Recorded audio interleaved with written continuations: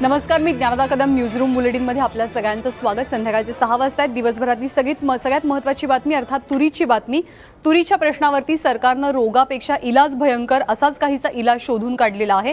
कारण नाफेडच्या केंद्रांवरती पडून असलेली 10 लाख क्विंटल तूर ही खरेदी केली जाईल असं सरकारनं काल काढलेल्या अध्यादेशात सांगण्यात आलंय। पण त्याशिवाय आतापर्यंत सर्वाधिक तूर विक्री केलेल्या 1000 शेतकऱ्यांची चौकशी करण्याचे आदेशही दिलेत। या चौकशीमध्ये जर तूर पेरा आणि उत्पादन यामध्ये तफावत आढळून आली तर अशा शेतकऱ्यांवरती फौजदारी कारवाई होणार आहे। मात्र शेतकऱ्यांच्या सातबाऱ्याचा गैरवापर झालेला असेल तर त्यावर काय कारवाई होणार याबद्दल अध्यादेशात कोणताच उल्लेख नाहीये। शिवाय अजूनही 5 ते 6 लाख क्विंटल तूर शेतकऱ्यांच्या घरामध्ये पडू नये, त्या तुरीची नोंद झालेली नाही अशा शेतकऱ्यांना कोणताच दिलासा मिळणार नाहीये।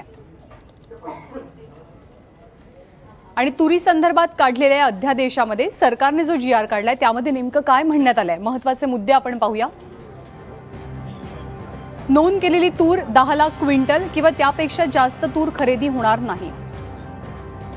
खरेदी विना पडून असलेल्या तुरीचा पंचनामा तहसीलदारांची एक समिती करणार आहे। नोंद तुरीची माहिती उपनिबंधकांकडून जिल्हाधिकाऱ्यांकडे सादर केल्यावर ही खरेदी सुरू होईल। सातबाऱ्यावरती पीक पेराची नोंद पाहिली जाईल आणि मगच तुरीची खरेदी करण्यात येईल। शेतकऱ्याची तूर त्याच्याच शेतातील आहे की नाही याचीही खात्री केली जाईल। याआधी शेतकऱ्यांना सरकारला कुठे आणि किती तूर विकली आहे त्याची सुद्धा माहिती द्यावी लागणार आहे। आतापर्यंत सर्वाधिक तूर विक्री केलेल्या 1000 शेतकऱ्यांची चौकशी करण्याचे आदेश दिले गेले आहेत। तुरीच्या चुकाऱ्याची रक्कम आधार कार्डाशी संलग्न बँक खात्यामध्ये जमा केली जाईल।